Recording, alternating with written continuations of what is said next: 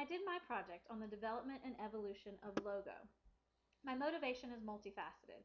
Last semester, I read Thompson and Thompson's article about a middle school student learning rate through her experiences with the over and back microworld. I found the idea of microworlds to be fascinating. Then this semester, during the second week of our course blogs, a discussion was started with some of us talking about the inherent usefulness of coding. I'm someone who enjoys programming and does it on a daily basis. I write all of my tests and quizzes in LaTeX, and I teach a class on Maple. My research interest lies in elementary education, so I thought it would be really neat to learn more about a programming language for children. I'm going to have two of my friends introduce you more to the concept of logo. So, who is the Seymour Papert? Papert is the legendary creator of Logo, a mathematics coding language for young children. Papert spent 5 years studying with Piaget. I see. Does that mean he took a constructivist view of knowledge and applied it to children's interactions with computers? Exactly. Logo is a programming language based on physical movements that children could transfer to the turtle on the screen. What exactly did children create? Well, Logo Turtle was a geometry microworld, so children began by creating shapes. As they progressed, they could create and call procedures. It sounds very interesting. I would love to actually see it in use. Well, then, let's take a look. Now I'm going to show you a Java applet that uses logo. As you can see, the possible commands are listed above. All we do is put our cursor here and we start typing commands. We're going to create a square. So first we're going to move forward 100 spaces. Well, then we have to turn right 90 degrees. Forward 100 spaces, right 90 degrees, and so on. We have now created a square. Through that demonstration, we can see some of the math that's behind logo, specifically use of angles. Children really have to understand the concept of angle and how to rotate in order to make any sort of constructions. They also get introduced to the idea of a variable. There are many unknowns that they have to figure out. Let's look at some of the research on logo. Research, for the most part, has showed very positive influences. The first studies listed here were comparative pre- and post-test studies that found significant results for the experimental groups that had been exposed to logo. The third list here is Papert's own work. He did a lot of publications talking about case studies with children's experiences. He introduces us to two students, Henry and Brian.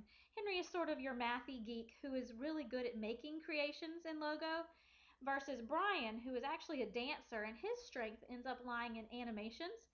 When the two of them collaborate together, they're able to make wonderful constructions. And much of Papert's work talks about the affect of children who have worked with logo, really increasing their love and enjoyment of mathematics. Despite all these positive results, logo was really only used until the mid 1990s. So, well, what happened to it? Really started with schools cementing their philosophy about computers. Computers became assimilated into the existing classroom structure with pretty programs that basically did more drill and kill. And this was contrary to Papert's hope that the culture in the classroom would really change and computers would be used to allow children to direct their own understanding. Instead, computers just became something else that children had to master. Another problem was really Logo's failure to adapt to more dynamic interactions and clickable software. If I think about how I use Maple and LaTeX, while for the most part I type all of the code, I do have options of going to a drop down box and pulling down whatever I need if I have forgotten it. And Logo really never made any of those affordances. There were some Logo spin-offs that realized the need to adapt, but most of them died out as well. So why? Well, as we all know, tested curriculum really drives enacted curriculum. Teachers really got to a point where there was just no use that they saw in teaching their children how to program because it wasn't tested. Despite all of this, we do see some logo influences today. Little says that Logo was the first dynamic geometry program, and while I don't completely agree, there are some really functionality traits that you can see in GSP from Logo. In Logo, you could create these procedures where we just created this square. I could have called that a square, and instead of having to redo it, just type in square and it would have made it for me. And that's very similar to the tool feature in GSP. Um, A program that exists today is called NetLogo. It's a modeling-based programming language that instead of having one turtle like Logo had, you can program multiple turtles all at once. I'm going to now show you a video demonstrating a little bit how NetLogo works. We're going to start it with an example around 49 seconds, if I can get there.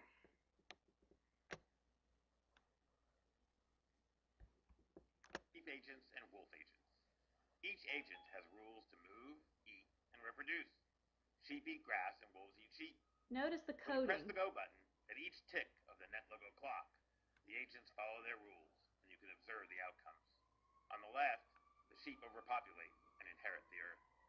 On the right, the ecosystem maintains a dynamic balance. NetLogo is freely available. So where does this leave us? Well, we really see that programming is no longer a focus. And even though NetLogo exists and is based on coding, it's really used mostly in science classes. For the most part in math, Pappert's vision of the student being a creator really is coming to end. I do have some hope that with iPads in the classroom that might change. I want to leave you with Papert himself speaking about the hope that he still has. If we project any sort of democratic world,